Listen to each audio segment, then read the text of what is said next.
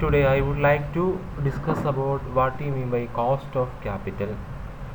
Meaning, the term cost of capital refers to the minimum rate of return a firm must earn on its investment.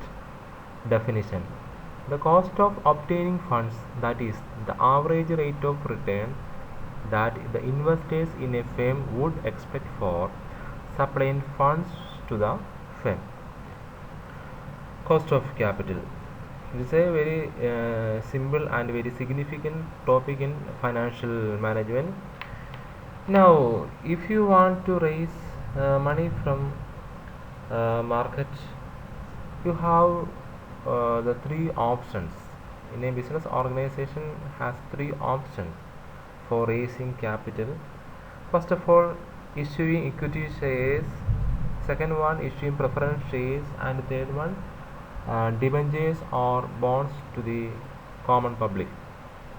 അപ്പോൾ നമുക്ക് ബിസിനസ്സിൻ്റെ നടത്തിപ്പിന് വേണ്ടിയിട്ട് business ഓപ്പറേഷന് വേണ്ടിയിട്ട് fund ആവശ്യമുണ്ട്. Fund raise ചെയ്യുന്നതിന് വേണ്ടിയിട്ട് മൂന്ന് മാർഗ്ഗങ്ങളാണ് മെയിനായിട്ടുള്ളത്. ഇക്വിറ്റി ഷെയർ പബ്ലിക്കിന് കൊടുക്കുക, പ്രിഫറൻസ് ഷെയർ കൊടുക്കുക, ഡിബഞ്ചർ ഇഷ്യൂ ചെയ്യുക. അപ്പോൾ ഈ മൂന്ന് മാർഗ്ഗങ്ങളാണ് മെയിനായിട്ട് ഒരു ബിസിനസ് ഓർഗനൈസേഷൻ ഉള്ളത്.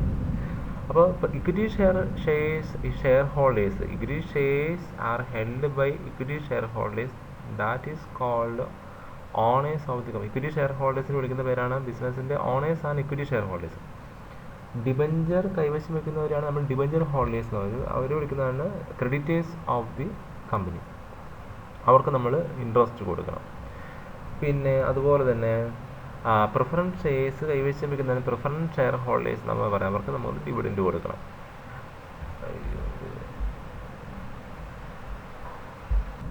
അപ്പോൾ ഇക്വിറ്റി ഷെയർ ഹോൾഡേഴ്സിനും പ്രിഫറൻസ് ഷെയർ ഹോൾഡേഴ്സിനും ഡിവിഡൻഡ് കൊടുക്കണം, ഡിബഞ്ചർ ഹോൾഡേഴ്സിന് ഇൻട്രസ്റ്റ് കൊടുക്കണം.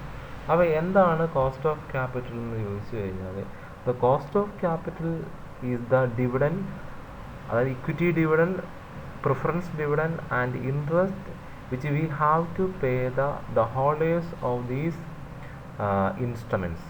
അപ്പോൾ ഡിബഞ്ചർ ഹോൾഡേഴ്സിനും ഷെയർ ഹോൾഡേഴ്സിനും നമ്മൾ കൊടുക്കുന്ന ആ return, minimum rate of return ആണ് ശരിക്കും പറഞ്ഞാൽ കോസ്റ്റ് ഓഫ് ക്യാപിറ്റൽ എന്ന് പറയുന്നത്. അപ്പോൾ cost of capital is the minimum rate of return which is expected by those investors.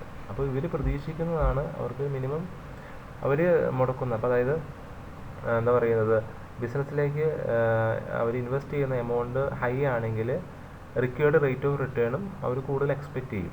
അപ്പോൾ ബിസിനസ്സിനെ സംബന്ധിച്ച് പറയുകയാണെങ്കിൽ ഇൻവെസ്റ്റ്മെൻറ്റ് കൂടുന്നതനുസരിച്ച് ബിസിനസ്സിൻ്റെ റിസ്ക് ഇൻക്രീസ് ചെയ്യുകയാണ്. കാരണം അത്രമാത്രം റേറ്റ് ഓഫ് റിട്ടേൺസ് ഈ ഹോൾഡേഴ്സിന് കൊടുക്കുവാനുള്ള വലിയ റെസ്പോൺസിബിലിറ്റി എല്ലാ business ഓർഗനൈസേഷനുമുണ്ട്.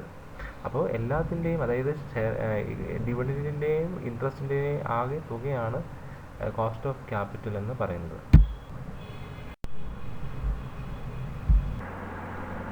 Next one, the importance or significance of the cost of capital. The concept of cost of capital is very important in the financial management. It is very important in both capital budgeting as well as deciding capital structure. The first significance is that the essential for investment decision. Cost of capital is the prime factor which is taken into consideration while making investment decision. While making capital budgeting decision, cost of capital is compared with the expected cash inflows and outflows. Thus, cost of capital becomes crucial in accepting or rejecting projects. Investment ഡിസിഷനകത്ത്, അല്ലെങ്കിൽ പ്രത്യേകിച്ച് capital budgeting അല്ലെങ്കിൽ capital സ്ട്രക്ചറിൻ്റെ ഡിസൈനിങ്ങിനകത്ത് cost of capital വളരെ നിർണായകമായിട്ടുള്ള ഒരു ഫാക്ടറാണ്. ബിസിനസ്സിൻ്റെ വളർച്ചയെ സഹായിക്കുന്നതിലും ക്യാപിറ്റൽ സ്ട്രക്ചർ ഫ്രെയിം ചെയ്യുന്നതിലും പ്രസൻറ്റ് കോസ്റ്റ് ഓഫ് ക്യാപിറ്റൽ അല്ലെങ്കിൽ റിക്വയർഡ് റേറ്റ് ഓഫ് റിട്ടേൺ വളരെ ഇമ്പോർട്ടൻ്റ് ആയിട്ടുള്ള ഒരു പങ്ക് വഹിക്കുന്നുണ്ട്. Next one, designing the capital structure. Designing capital structures. എന്താണ് designing capital structure? Capital structure is a proportion of different kinds of long-term securities. While designing an optimal capital structure, the management has to keep in mind the objective of maximizing the value of firm or maximizing the wealth of the shareholders and minimizing the cost of capital. രണ്ടാമത്തെ പോയിൻ്റാണ് designing capital structure. Capital സ്ട്രക്ചറിൻ്റെ ഡിസൈനിങ്ങിനകത്ത് ഏറ്റവും പ്രധാനപ്പെട്ട രണ്ട് കാര്യങ്ങളാണ് to increase the wealth of the share holders and to minimise the cost of capital. ഈ രണ്ട് കാര്യങ്ങളാണ് ഒരു ക്യാപിറ്റൽ സ്ട്രക്ചർ ഡിസൈൻ ചെയ്യുമ്പോൾ ശ്രദ്ധിക്കേണ്ടത്. Third point, evaluation of the financial performance. Cost of capital is used to evaluate the performance of a project. If the actual profitability of the project is more than the projected and the actual cost of capital, the performance of project is said to be satisfactory. അതായത് financial പെർഫോമൻസിൻ്റെ ഇവാലുവേഷനും cost of ക്യാപിറ്റലിന് വളരെ വലിയ പങ്കാണ് ഉള്ളത്. Profitability നമ്മൾ measure ചെയ്യുമ്പോൾ നമ്മളൊരു project design ചെയ്യും, അതിൻ്റെ എക്സ്പെക്റ്റഡ് പ്രോഫിറ്റും അതിൻ്റെ ആക്ച്വൽ പ്രോഫിറ്റും അല്ലെങ്കിൽ എക്സ്പെക്റ്റഡ് കോസ്റ്റും ആക്ച്വൽ കോസ്റ്റും നമ്മൾ കമ്പയർ ചെയ്യുമ്പോൾ ആക്ച്വൽ പ്രോഫിറ്റബിലിറ്റി അല്ലെങ്കിൽ ആക്ച്വൽ പ്രോഫിറ്റ് എക്സ്പെക്റ്റഡ് പ്രോഫിറ്റിനേക്കാളും കൂടുതലാണെങ്കിൽ അല്ലെങ്കിൽ ആക്ച്വൽ പ്രോഫിറ്റ് ആക്ച്വൽ കോസ്റ്റിനേക്കാളും കൂടുതലാണെങ്കിൽ നമ്മുടെ ഈ പ്രോജക്റ്റ് സാറ്റിസ്ഫാക്ടറി ആയിട്ട് നമുക്കത് കരുതുവാനായിട്ട് സാധിക്കും. Next point, determination of accepting or rejecting expansion proposals. It is on the basis of comparison of cost of capital with the marginal return on investment. The decision is taken whether to accept or reject expansion proposals. Cost of ക്യാപിറ്റലിൻ്റെ അടിസ്ഥാനത്തിലാണ് നമ്മൾ next ഒരു project accept ചെയ്യുന്നതും അല്ലെങ്കിൽ അത് reject ചെയ്യുന്നതും. Capital structure frame ചെയ്യുന്ന കാര്യവും ക്യാപിറ്റൽ ബഡ്ജറ്റിംഗ് ഡിസിഷൻ്റെ കാര്യം നേരത്തെ പറഞ്ഞായിരുന്നു. അപ്പോൾ ഈ രണ്ട് അടിസ്ഥാനത്തിലാണ്, അത് കോസ്റ്റ് ഓഫ് ക്യാപിറ്റലിൻ്റെ അടിസ്ഥാനത്തിലാണ് ക്യാപിറ്റൽ സ്ട്രക്ചർ ഫ്രെയിം ചെയ്യുന്നതും അല്ലെങ്കിൽ ക്യാപിറ്റൽ ബഡ്ജറ്റിംഗ് ഡിസിഷൻ എല്ലാം എടുക്കുന്നതും. അപ്പോൾ അതിൻ്റെ അടിസ്ഥാനത്തിൽ നമുക്ക് പ്രോജക്റ്റ് വേണമെങ്കിൽ എക്സ്പാൻഡ് ചെയ്യാം, അല്ലെങ്കിൽ നമുക്കത് എക്സ്പാൻഡ് ചെയ്യുന്ന കാര്യം നമുക്ക് റിജക്റ്റ് ചെയ്യാം, അത് അക്സെപ്റ്റ് ചെയ്യാം. Okay, next one, optimum utilisation of resources. When a firm selects an investment proposal based on cost of capital, it leads to optimum utilization of resources. It enables an organization to allocate funds from non-profitable areas to profitable channels. Fund അല്ലെങ്കിൽ resources optimum utilise ചെയ്യുക എന്നുള്ളത് ഇതിൻ്റെ main objectives ആണ്. അപ്പോൾ cost of ക്യാപിറ്റലിൻ്റെ അടിസ്ഥാനത്തിലാണ് നമുക്ക് കിട്ടുന്ന റിസോഴ്സസ് മാക്സിമം നമ്മൾ യൂട്ടിലൈസ് ചെയ്യുന്നത്. അപ്പോൾ അതൊരു വലിയൊരു ഫാക്ടറാണ്.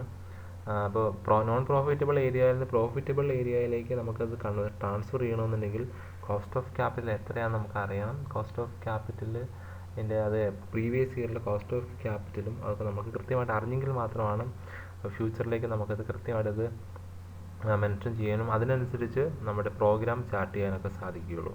Next one, taking other financial decision. The concept of cost of capital is also used in other financial decisions such as dividend policy, capitalization of profit, working capital management. അപ്പോൾ മറ്റുള്ള financial decisions എല്ലാം എടുക്കുന്നുണ്ട്. അതായത് dividend പോളിസിയും capitalisation of profit, working capital management എല്ലാത്തിലും cost of ക്യാപിറ്റലിൻ്റെ വളരെ വലിയ ഒരു റോളാണ് ഉള്ളത്.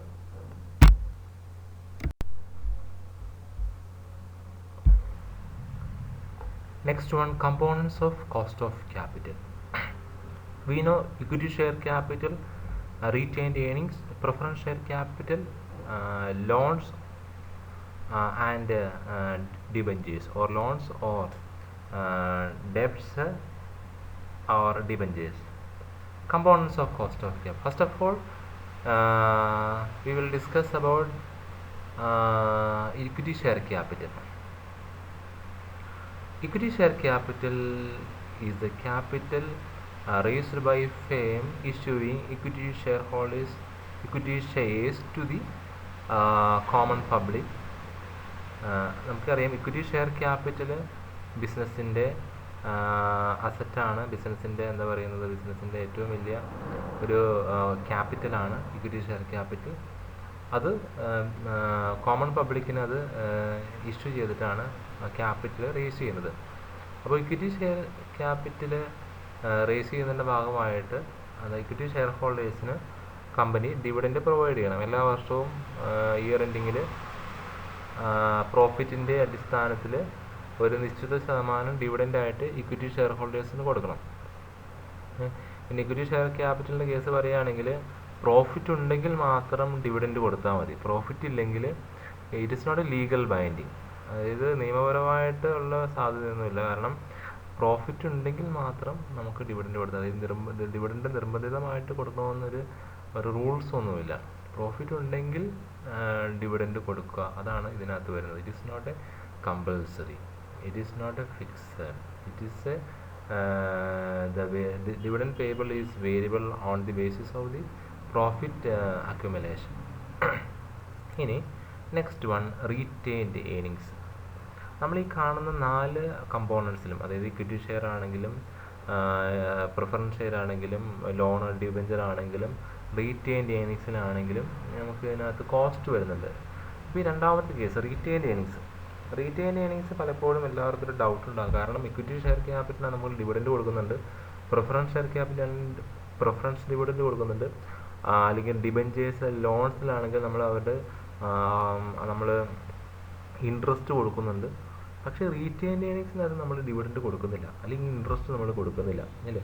It is argued that retained earnings do not involve any cost because a firm is not required to pay dividend on retained earnings. Retained earnings belongs to the equity share capital. Equity share capital അത് വരുന്ന ഒരു പാർട്ടാണ് retained earnings. പക്ഷേ ഇതിനകത്ത് cost വരുന്നില്ല.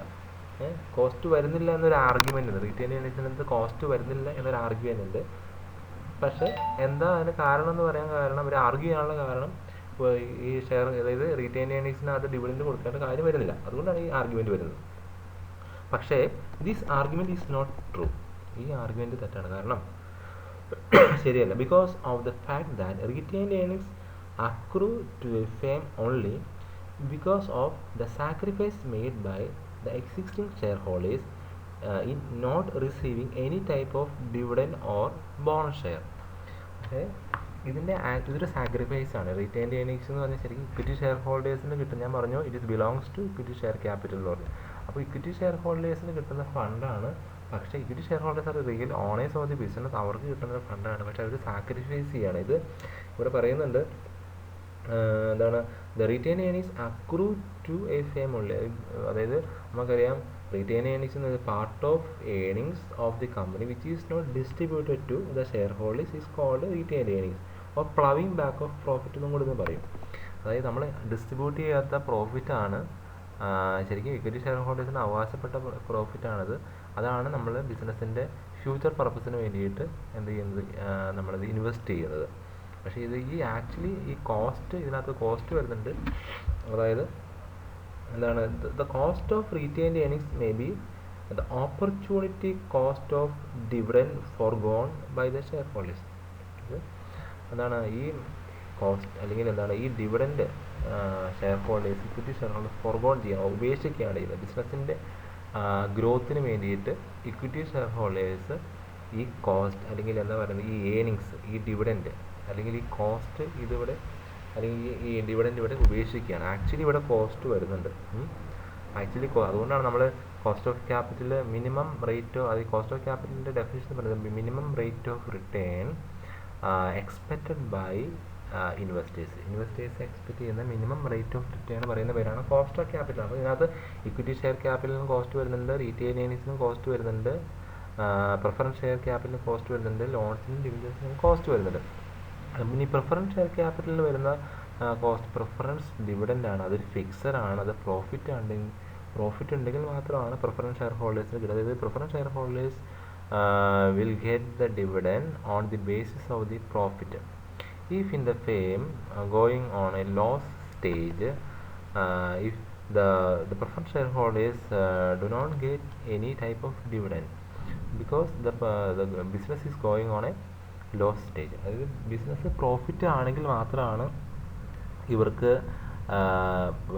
Preference dividend prefer share holders കിട്ടുകയുള്ളൂ. ഇനി ഡിബഞ്ചറിൻ്റെ കേസ് അങ്ങനെയല്ല, ഡിബഞ്ചർ ലോൺസിൻ്റെ കേസ് അങ്ങനെയല്ല. പ്രോഫിറ്റ് ആണെങ്കിലും ലോസ് ആണെങ്കിലും ഇൻട്രസ്റ്റ് റേറ്റ് ഫിക്സഡ് ആണ്. അത് പ്രോഫിറ്റ് ആണെങ്കിലും ലോസ് ആണെങ്കിലും if in the case of profit or loss the debenture holders will get the particular rate of interest from the business organization. അതാണ് ഡിബഞ്ചറിൻ്റെ കേസിനകത്ത് വരുന്നത്.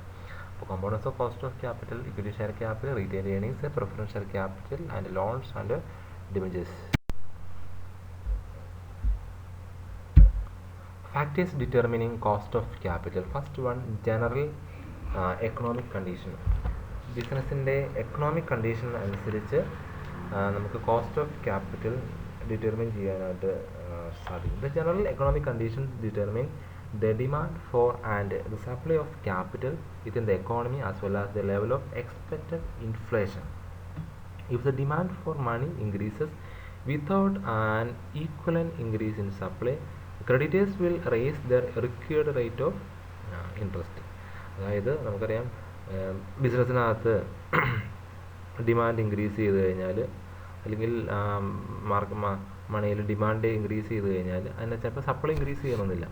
അപ്പോൾ സപ്ലൈ ഇൻക്രീസ് ചെയ്യാത്ത സാഹചര്യത്തിൽ എന്ത് ചെയ്യും? Creditors will raise the required rate of interest. Creditors എന്ത് ചെയ്യും? അവരുടെ റേറ്റ് ഓഫ് ഇൻട്രസ്റ്റ് അവർ എന്ത് ചെയ്യും? അവർ റേസ് ചെയ്യും, ഇൻക്രീസ് ചെയ്യും.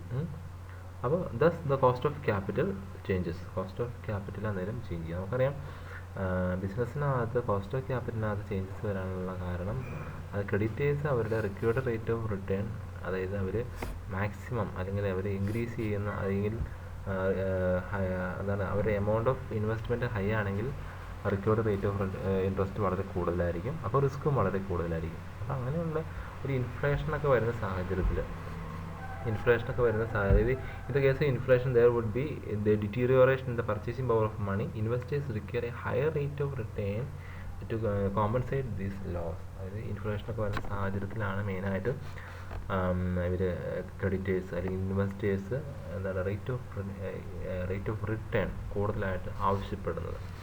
അപ്പോൾ ഇൻഫ്ലേഷനും ഒക്കെ വരുമ്പോൾ ബിസിനസ്സിനെ കൂടുതൽ നെഗറ്റീവായിട്ട് അഫക്റ്റ് ചെയ്യും. Next one, market condition.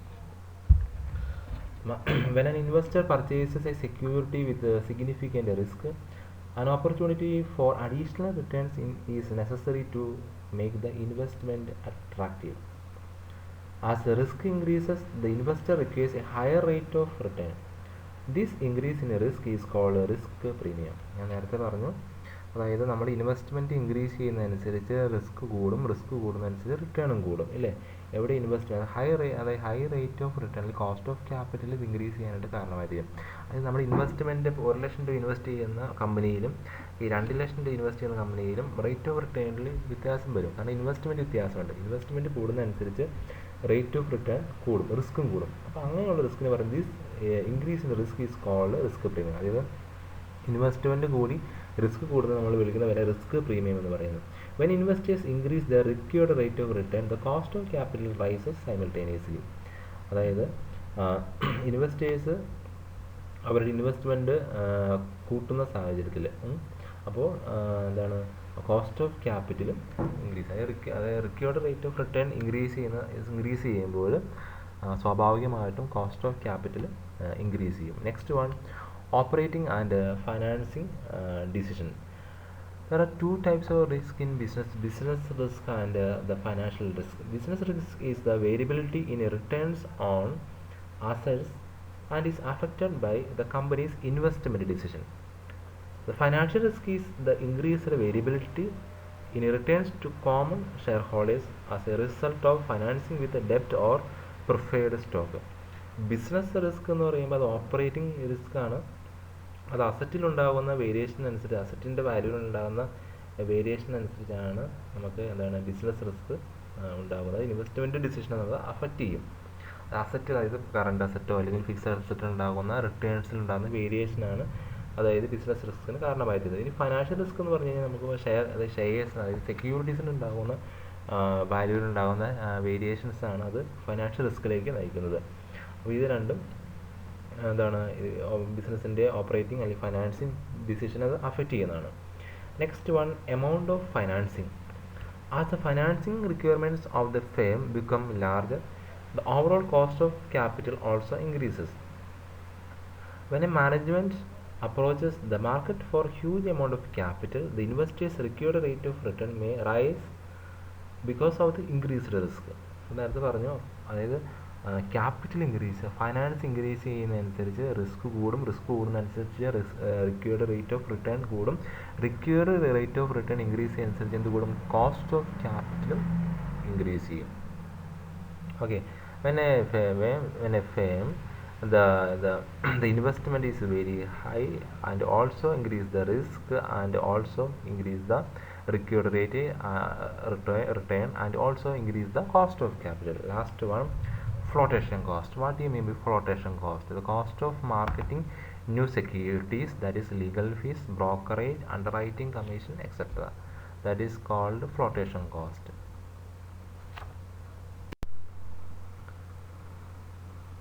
Next one, examples of cost of capital. I already mentioned about the cost of capital. Cost of capital is a combination of the different costs related with the securities, equity shares, preference shares, and debt capital. In this problem, we can see that equity shares, the total capital of equity shares 5 lakh rupees, preference share capital 3 lakh rupees, and debt capital 2 lakh rupees. Total capital is rupees 10 lakh.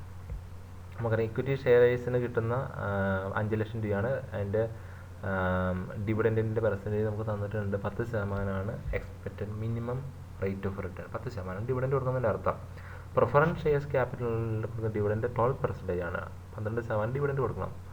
ഡെപ്റ്റ് അത് 15% ഇൻട്രസ്റ്റിലാണ് ഡെപ്റ്റ്, അതായത് ഡിമെഞ്ചർ വാങ്ങിച്ചിരിക്കുന്നത്. അപ്പോൾ 15% interest ക്രെഡിറ്റേഴ്സിന്, ഡിമെഞ്ചർ ഹോൾഡേഴ്സിന് പേ ചെയ്യണം. അതാണ് ഇതിനകത്ത് വരുന്നത്. ഇനി ഇതിൻ്റെ answer next slide അവിടെ കൊടുത്തിട്ടുണ്ട്.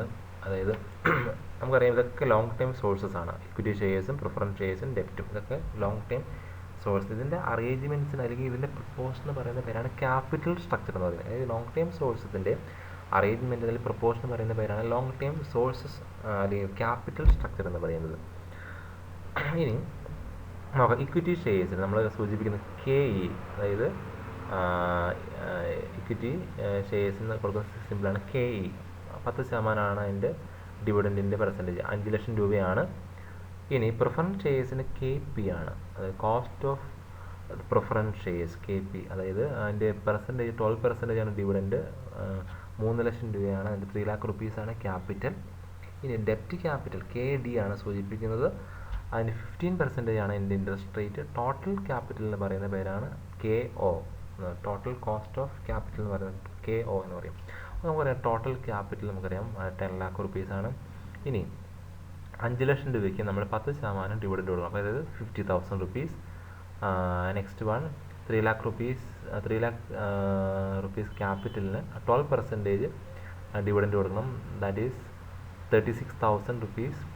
നെക്സ്റ്റ് ഡെപ്റ്റ് ക്യാപിറ്റൽ അതായത് the business will give the 15% interest to the debenture holders. അതായത് 2 lakh rupees ആണ് ഡിബഞ്ചർ വാങ്ങിച്ചിട്ടുള്ളത്. അപ്പോൾ 2 lakh rupeesന് 15% ഇൻട്രസ്റ്റ് കൊടുക്കണം. അതിൻ്റെ ₹30,000 ആണ് അതിൻ്റെ റുപ്പീസ്. അപ്പോൾ ടോട്ടൽ റിട്ടേൺ അല്ലെങ്കിൽ നമുക്ക് കോസ്റ്റായിട്ട് വരുന്നത്, അതായത് ബിസിനസ്, അതായത് ഷെയർ ഹോൾഡേഴ്സിനും ഡിബഞ്ചർ ഹോൾഡേഴ്സിനും ഇഷ്യൂ ചെയ്യേണ്ട ടോട്ടൽ എമൗണ്ട്, ഡിവിഡൻ്റ് ആയിട്ട് ഇൻട്രസ്റ്റ് ആയിട്ട് കൊടുക്കുന്ന ടോട്ടൽ എമൗണ്ട് 1,16,000 rupees. അപ്പോൾ അതായത് 10 ലക്ഷം രൂപ ക്യാപിറ്റലുള്ള ബിസിനസ്സിന് ഒരു വർഷം റിട്ടേൺ ആയിട്ട് കൊടുക്കുന്നത് 1,16,000 rupees ആണ്.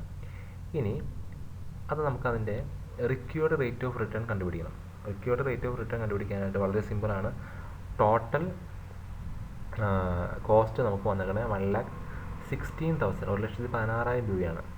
ഇനി അതിനകത്ത് ടോട്ടൽ ക്യാപിറ്റൽ നമുക്ക് എത്രയാണെന്നറിയാം, 10 ലക്ഷം രൂപയാണ് ടോട്ടൽ ക്യാപിറ്റൽ. അപ്പോൾ നമുക്ക് വെയ്റ്റഡ് ആവറേജ് കോസ്റ്റ് അനുസരിച്ചാണ് നമ്മളിത് കണ്ടുപിടിക്കേണ്ടത്. അതിന് റിക്വയർഡ് റേറ്റ് ഓഫ് റിട്ടേൺ കണ്ടുപിടിക്കാനായിട്ട് weighted average cost of capital കണ്ടുപിടിക്കണം. അതായത് 1,16,000 ഡിവൈഡഡ് ബൈ 10 lakh ഇൻറ്റു 100, അപ്പോൾ നമുക്ക് കിട്ടുന്നത് 11.6%.